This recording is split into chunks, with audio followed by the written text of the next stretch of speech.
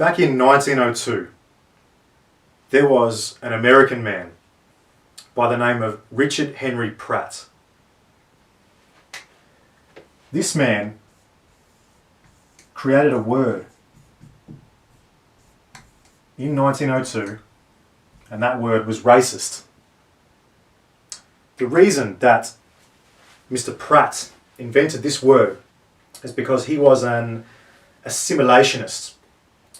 He believed that Native American culture had to be destroyed and that Native American people had to be brought into Western culture, dressed up like Westerners, and transformed into Westerners. He was one of the first egalitarians, so to speak. And he's actually quoted as having said, "We must kill the Indian man." Now, what he actually meant by this is that we must kill the Indian culture. He wanted to destroy the Indian culture and bring all Indians into American Western culture. And him, along with others, were instrumental in the success of this. Now, little did he probably realize at the time what he was actually doing is covering a penguin in duck feathers and then telling it to fly. But that is the origin of that word. Now, the reason I'm telling you this is because the left today are obsessed with what I call weaponized words. And the reason they use weaponized words is because they work.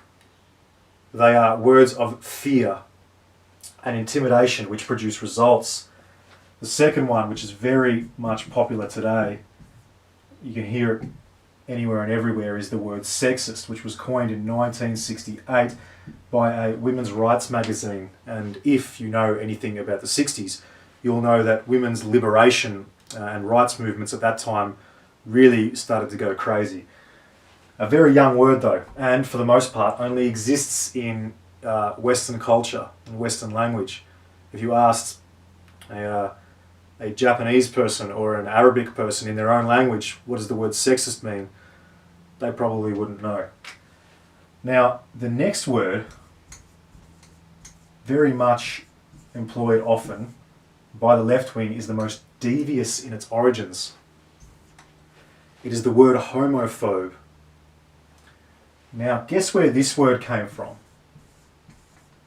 In 1969, there was a porn magazine, I think it still does exist, spreading itself throughout America, Australia and other countries, an international porn magazine called Screw. Now, in 1969, I think it was a May edition of this magazine, they started to use the word homophobe, the pornographers behind this magazine. The reason for this is because they wanted to create a new market of homosexual porn. But the problem they faced was that all of the porn stars and actors in the porn industry at that time didn't want to do homosexual scenes. It was very difficult to find a sufficient number of actors to do the scenes. And so within the porn industry, this word started to become dominant. Any porn actor or actress who didn't want to do homosexual scenes was branded a homophobe. And after a little bit of time, it started to work. And as of this time, a homosexual porn market was successfully created. And that is literally the origins of that word. Look it up for yourself if you don't believe me. Last but not least is the word we're all familiar with, Islamophobe, which is absolutely in the same category as these other words. It can be used against anybody who points out basic realities of the Islamic faith. Its coinage is probably occurred very recently. It's only a very young word. In the last few years it's become paramount in politics. But all of these words are part of a fear campaign. None of them represent love or tolerance. All in their methodical basis, in their function, all of them are fear-based, weaponized words.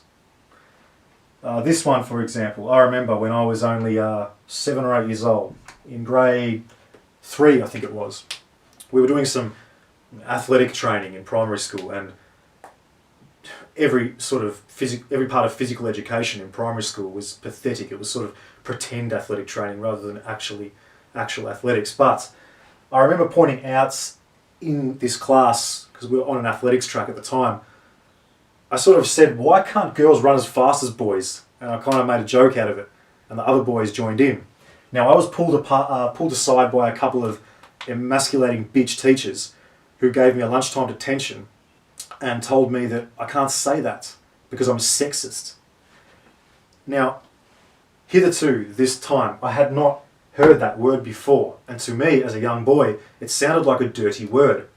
It sounded awful, and I did not want that word to be applied to my person. And so, naturally, as a young boy, I became afraid of being called that word, and so I thought to myself I should conform with this behaviour that they're asking of me. I shouldn't say that anymore about girls, even though it's the truth, and even though it really didn't hurt anybody. I was branded with this word, and because, as a young boy, or as anybody is, naturally I wanted to fit in, I wanted to be liked. Everyone has the urge or desire to be appreciated and liked. And I thought, to be liked, I'm going to have to stop saying that boys can run faster than girls. That's just an example of how these words, example from my personal past, are installed by fear, by scaring young children early into conformity, by literally bullying young children into submission. Pirate says, that's lovely, that is.